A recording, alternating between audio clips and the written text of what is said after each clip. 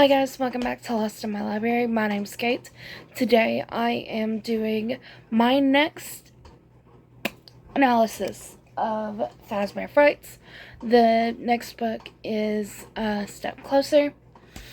This one was okay. It's been a while since I read it actually, and I am just now getting around to doing this video. So let's just step in. The first book is the titular story, Step Closer. In this story, we follow Pete, who is always babysitting his younger brother because his mom's always working, dad's not in the picture. His brother's named Chuck. One time, they're at Freddy Fazbear's Pizza, and Pete decides to take Chuck into the bag. And they find Foxy, who is under repairs. And while there, Foxy sings them a song. And this song basically says something like, if you want to be a pirate, you have to look like one, or something like that. After the encounter, Pete keeps getting into situations where he could have his hand taken off or his eye got taken out. He eventually figures out that Foxy has to be doing this. So he texts his little brother that he's going back into the pizza place. While he's on his way, he is hit by a car and dies. And Pete has an out-of-body experience, seeing the medical examiners take care of his body after the car crash. And that's when he hears the mention that there's a need for eyeballs and an eyeball and a hand. And Chuck eventually goes back to the back room where they had gone seen Foxy. He's still there, but nothing. He hears nothing. Nothing plays. Foxy doesn't play the song. Implications for the wider world.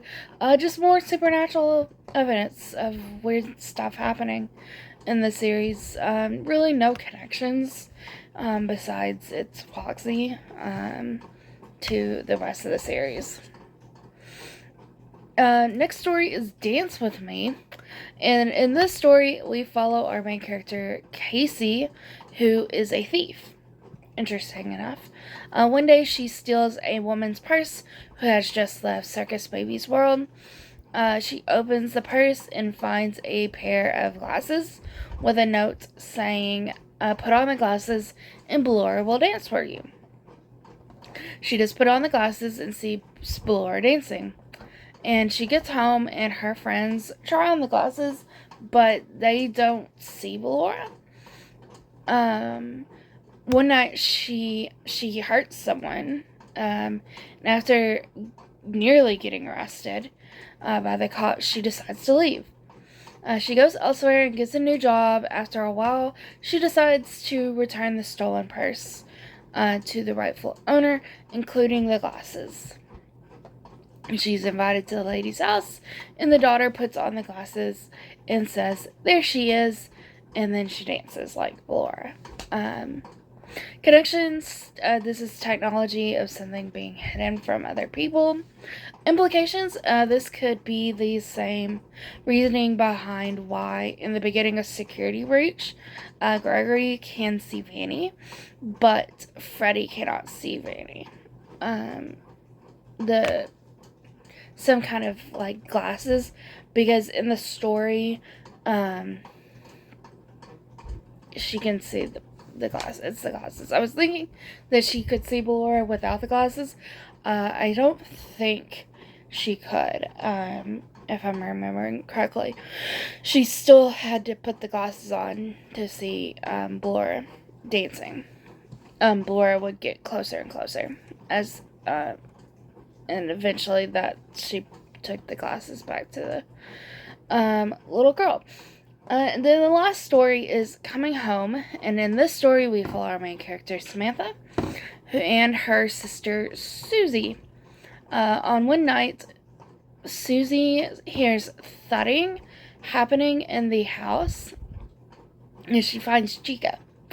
Chica leads her out of the house. We flash forward a little bit, and Susie is still gone.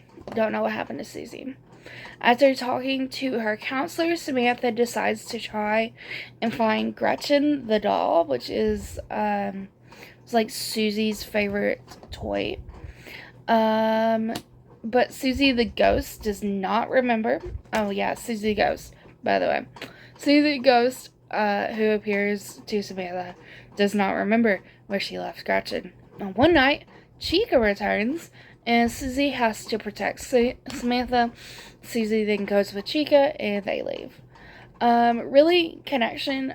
Susie is the ghost in Chica. So this could just be Susie's backstory.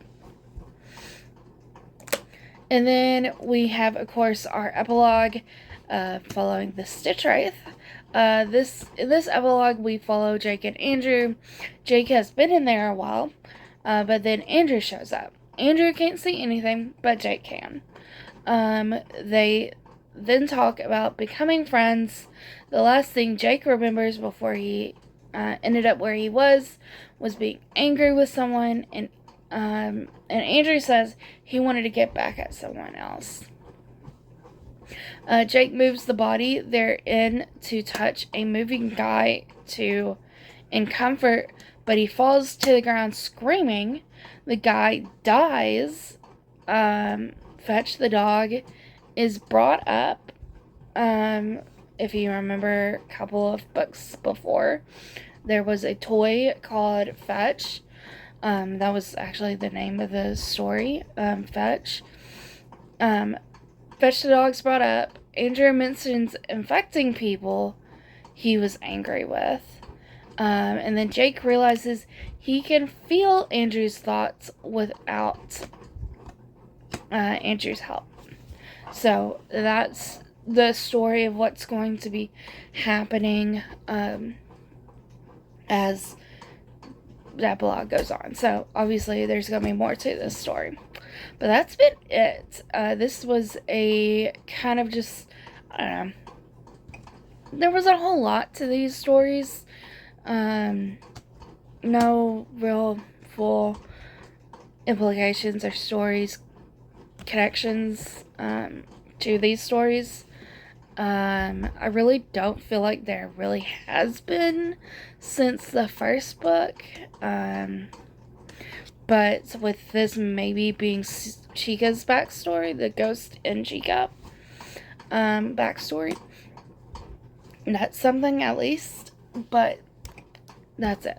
I thank you guys so much for watching. If you did, leave a like, comment, subscribe, do all the YouTube things, go be a good cabbage today, do something kind for someone, even if that is for yourself, and I'll see you in my next video. Bye guys.